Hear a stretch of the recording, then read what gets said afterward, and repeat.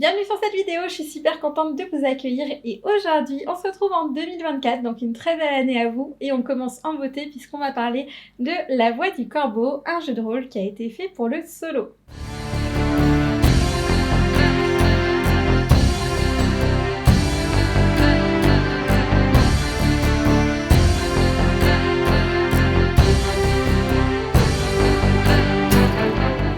Alors La Voix du Corbeau, c'est un livre qui est fait pour être un jeu de rôle solo. Donc moi j'ai tendance à séparer ça de la solothésie, puisque la solothésie ça va plutôt être des livres qui sont faits à la base pour le multi, mais qu'on va adapter dans le solo pour jouer seul. Et celui-ci est vraiment de base fait pour jouer tout seul.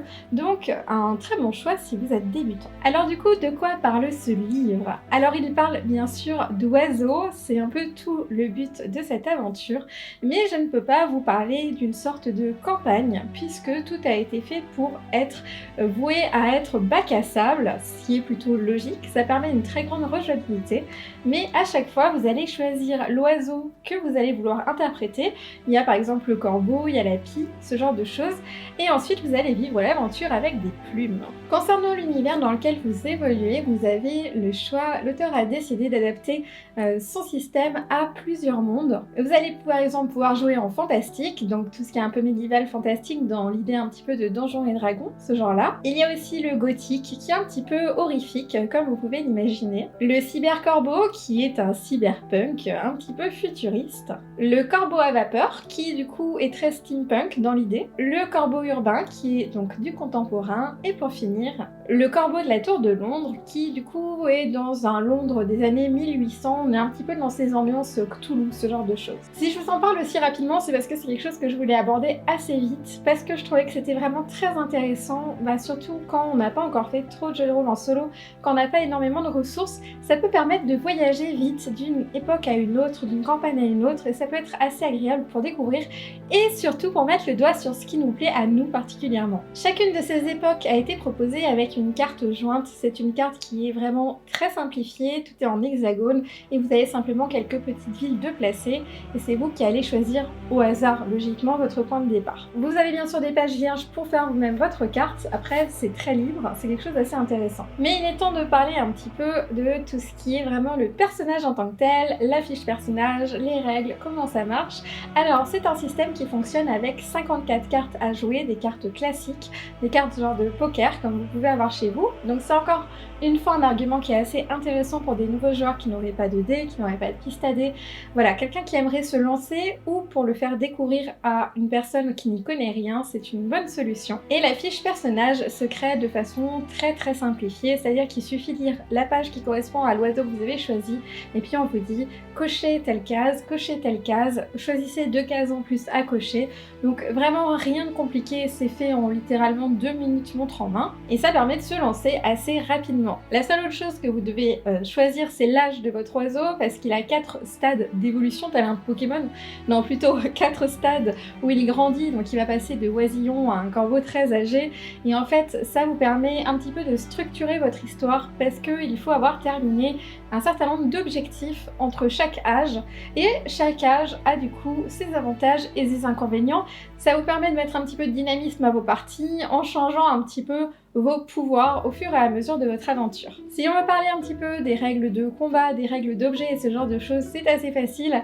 Les objets, à moins que ce soit mentionné spécifiquement que c'est pas comme ça que ça marche, mais majoritairement tous, vous pouvez en avoir 2 puisque vous avez 2 pattes, c'est plutôt logique, c'est facile à retenir, il n'y a pas d'histoire de poids, il n'y a pas ce genre de choses qui va être un petit peu compliqué dans les autres jeux de rôle quand on débute. Et les combats se passent avec des cartes, c'est-à-dire que chacun va piocher une carte et comme la bataille, le plus grand l'emporte. D'ailleurs, c'est le même système pour les compétences, c'est-à-dire que si vous devez par exemple faire un test pour savoir si vous réussissez à prendre votre envol, vous allez tirer une première carte qui sera le seuil de difficulté, puis une deuxième, et en fonction du résultat, si vous êtes au-dessus ou égal, vous réussissez, si vous êtes en dessous, vous ratez. La petite subtilité, ce sont les avantages et les inconvénients qui sont ici nommés, j'ai oublié, il faut que je cherche, autorité et pénalité. Donc en fait c'est un peu la même chose que dans Donjons et Dragons, simplement en fait quand vous avez par exemple un seuil de difficulté à 10 par la carte que vous venez de piocher, au lieu de piocher une carte pour savoir si vous réussissez,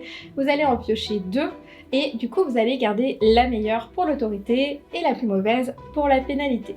Plutôt simple, facile à prendre en main, vraiment aucun souci. Une fois que vous êtes dans le jeu, à chaque fois vous avez le droit de faire une action parmi la génération d'objectifs, la génération d'événements, le déplacement, l'utilisation d'objets ou le combat. C'est plutôt simplifié, du coup vous avez 5 possibilités à chaque fois. Alors on va parler de tours, on n'est pas vraiment sur des tours, j'ai trouvé ce mot peut-être un peu mal employé, mais je pense que si vous débutez, vous pouvez vous dire que c'est le moment où vous ne savez pas ce que vous voulez faire, voilà, tout simplement. Si vous êtes dans une zone et que vous avez fini de faire la narration de ce qui se passe autour de vous, que vous avez fini de raconter tous les événements, toutes les rencontres, etc., que vous n'avez plus rien à faire, le moment en fait où vous décideriez de bouger, par exemple, peut-être ce moment où vous allez déclencher un événement ou un objectif ou du coup un déplacement. Alors les événements, parce que c'est quand même quelque chose qui est très important pour moi dans le jeu de rôle solo, c'est les petites péripéties qui vont vous arriver au fur et à mesure de votre aventure. Alors le fonctionnement ici est assez simple en fait, il suffit tout simplement de piocher une carte et de se référer à un tableau d'événements aléatoires qui va lui-même parfois, mais assez souvent d'ailleurs, vous pousser sur une table aléatoire d'objets ou une table aléatoire de personnages. C'est une idée plutôt maligne parce que ça permet de réutiliser un certain nombre d'événements avec d'autres personnages, etc. Ça a tendance à changer la donne. Et du coup, vous avez des événements pour chaque époque et des événements en fonction de si votre oiseau est en train de voler ou si votre oiseau est posé sur le sol. C'est logique, il ne va pas se passer la même chose. Vous pouvez choisir à quel moment vous allez faire apparaître un événement, par exemple si vous ennuyez, mais vous êtes aussi obligé de le faire assez régulièrement, comme quand vous vous déplacez dans une nouvelle zone. Beaucoup des objectifs de début sont faits pour vous demander de vous déplacer sur cette carte, de vous rendre dans un village, dans une montagne, ce genre de choses, et du coup vous allez toujours avoir besoin de bouger un petit peu, et c'est ce qui va mettre en marche un petit peu toute cette machine. Maintenant qu'on a vu ensemble un petit peu les règles, comment ça marche, en tout cas on peut en conclure que c'est quelque chose de très facile à saisir, de très facile à lire.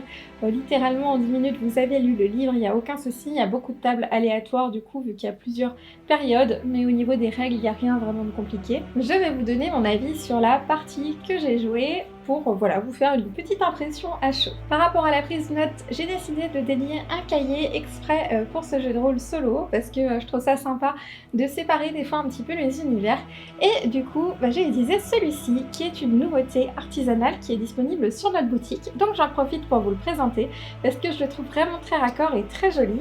Vous avez l'avant et l'arrière, et à l'intérieur vous avez des pages soit blanches soit parchemin, et aussi une petite pochette dans laquelle moi j'ai mis la fiche personnage et la carte que j'utilise en ce moment. Si ce style de carnet en bois vous plaît, n'hésitez pas à faire un tour sur la boutique parce que vous verrez qu'il y a aussi d'autres modèles et qu'il y en a pour pas mal de goûts, et encore on continue à en créer au fur et à mesure du temps qui passe. Alors par rapport à la prise en main, j'ai pas eu de difficulté très clairement.